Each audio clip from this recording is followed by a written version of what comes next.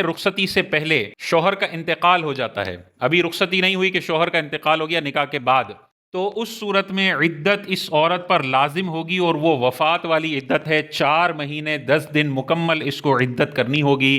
اور عدت میں جو چیزیں منع ہیں وہ منع ہی رہیں گی، سوگ کرنا ہے، زینت کسی بھی طریقے کی اختیار نہیں کرنی ہے، گھر سے باہر نہیں جانا ہے، اور کہیں اور نکاح کا پیغام قبول نہیں کرنا ہے، اور نکاح نہیں کرنا ہے۔ یہ ساری پابندیاں 4 مہینے 10 دن تک اس عورت پر رہیں گی جس کی رخصتی تو نہیں ہوئی لیکن شوہر کا انتقال ہو گیا ہے۔ اور مہر بھی جو ہے، اگر شوہر کا رخصتی نہ ہوئی ہو، یعنی بیوی کی رخصتی نہ ہوئی ہو اور شوہر کا انتقال ہو جائے، تو انتقال کی وجہ سے مہر مؤکد ہو جاتا ہے، اور مؤکد مہر کا مطلب اب مکمل مہر شوہر کی مال سے اس عورت کو دینا پڑے گا۔ اسی طرح یہ بیوی ہے تو اس کو وراثت میں سے بھی حصہ ملے گا، چاہے رخصتی نہ ہوئی ہو لیکن نکاح کے بعد تو وہ بیوی ہے، تو پھر اس لڑکے کے مال میں اس عورت کا بھی حصہ ہوگا۔ وہ حصہ کتنا ہوگا؟ ان کی کوئی اولاد نہیں ہے تو بیوی کو ملے گا ربع۔ ربع کا مطلب ہے 1/4، یعنی جو مرا ہے شوہر اس کی کل جائیداد جو اس کے انتقال کے وقت تھی اس میں سے قرضے ہٹا دو، مہر وغیرہ ہٹا دو، بقیہ جو بچا اس کا 1/4 یعنی 25% اس بچی کو دینا یہ لازم ہے، یہ اس کی وراثت ہے۔ یہ تو وہ صورت ہے جس میں عورت کا کہ شوہر کا انتقال ہو گیا رخصتی سے پہلے، عدت بھی پوری ہے، مہر بھی پورا ہے، وراثت بھی ملے گی اس کو۔ رخصتی سے پہلے اگر شوہر کا انتقال نہیں ہوتا بلکہ وہ طلاق دے دیتا ہے، تو طلاق دینے کی صورت میں مہر کے کیس میں ہم دیکھیں گے کہ رخصتی تو ابھی تک نہیں ہوئی لیکن ان کے درمیان کوئی خلوت صحیحہ ہوئی ہے یا نہیں ہوئی ہے۔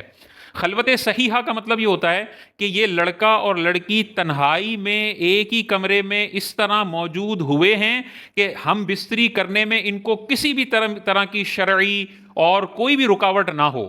اگر ایسا ان کو ماحول مل گیا ہے اگرچہ تھوڑی دیر کے لیے ہی ہو، تو پھر چاہے رخصتی نہ ہوئی ہو، خلوت صحیحہ ہی رخصتی کے قائم مقام ہو جائے گی۔ اور اب اگر شوہر طلاق دیتا ہے تو مکمل مہر دینا پڑے گا کیونکہ خلوت صحیحہ ہو چکی ہے۔ اور اگر خلوت صحیحہ بھی نہیں ہوئی اور رخصتی بھی نہیں ہوئی اور شوہر طلاق دے دیتا ہے تو اب نصف مہر اسے دینا لازم ہوگا۔ 5 لاکھ کا مہر رکھا ہے، رخصتی اور خلوت سے پہلے ہی طلاق دے دی، تو اب 2.5 لاکھ روپے اس شوہر کو اپنی سابقہ بیوی کو دینا پڑے گا مہر کے طور پر، آدھا مہر لازم ہوتا ہے۔